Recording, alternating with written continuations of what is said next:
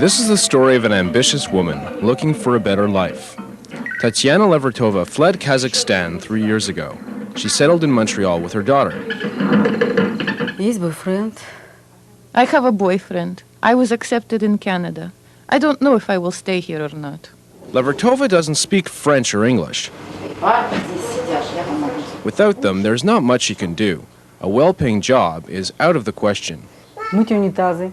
To wash toilet seats? Dishes in a restaurant? That doesn't pay too much. So Levertova studies English and collects welfare, about $850 a month. When you are on welfare and you have a $14,000 car that you paid cash, it's not too bad. This is Claude Aubin. He's a detective with Station 25 in downtown Montreal. For a year, he's been following Levertova's every move. He thinks she's already found a very nice life in Canada, stealing and selling stolen goods. If we look at the Tatiana organization, I'd say within the past 3 years, close to $1 million worth of merchandise. Detective James Anderson is in charge of the Russian file at the MUC Police Intelligence Section. There's a total of 20 people involved with Tatiana, who is the central figure here, and these are the people that she's associated with in this shoplifting ring. And this is a shoplifting ring which is organized and, like I said before, steals to order. Anything from clothes to electronic components, computers, etc. Только то, что я знаю, а что они думали, они... What they are thinking, they are still thinking that I'm a very big criminal, like mafia, that I'm the biggest mafioso of all Russian immigrants. The most important. I think it's very ridiculous. Not so ridiculous. Last spring, Aubin searched Levertova's place, her van, the apartments of 2 other members of the group.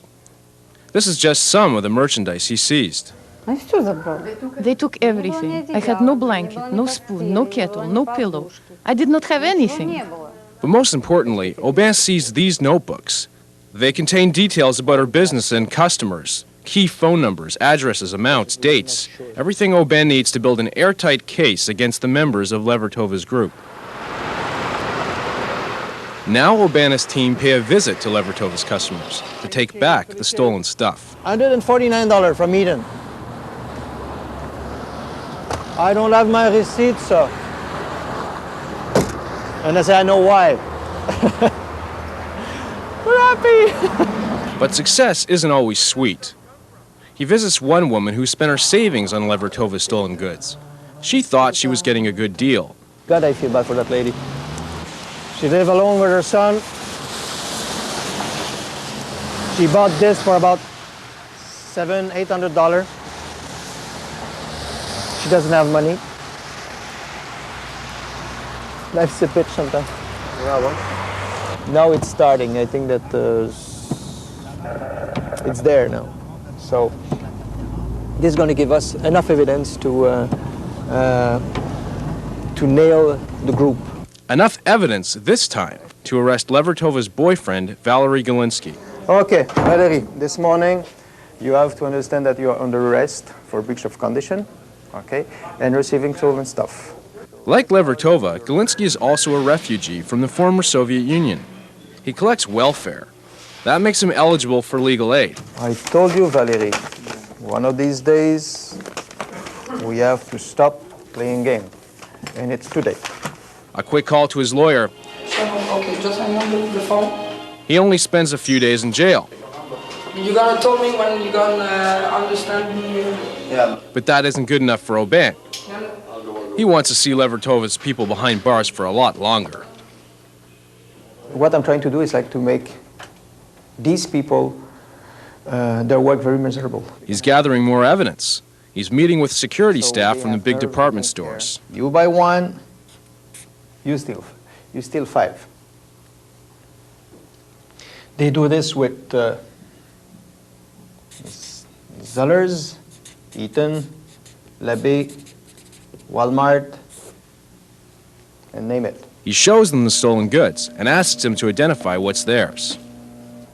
Jeanette Lauzon works for the security department at the Bay. With the group of Russians that we were talking about today, they've been in all our store, in all the region. They've been arrested quite a few times. We've been through court with them, but they're still around and they're still acting. Get in! Cracking down on Russian crime isn't easy for cops. Few people want to talk to them. You have to understand that Russian people are, it's very special. They are a little bit paranoid. They had to be paranoid. 75 years of communism made them be paranoid. So now they don't trust police. They don't trust police at all. But this time people have talked and are ready to testify against Levertova's group. But putting her in jail isn't easy. She's been arrested 15 times, charged 6 times, convicted of shoplifting twice. None of that was enough to keep her behind bars. They will examine the system, okay, and if they, or any particular system, be it the judicial system, be it the shopping system, be it the alarm system, and they will find a weakness in the system and they'll exploit that weakness, okay? And this is what they're very, very good at, okay? And they've been doing this all their lives because they've always had to fight against the system to be able to survive in their own country, so they come here and it's just a continuance of that. Now she faces more serious charges of receiving stolen goods. If she's convicted, could be enough for immigration to deport her. There's no way I'm going to change her. She's 30-year-old. So if she doesn't want to change, maybe I should change the place that she is.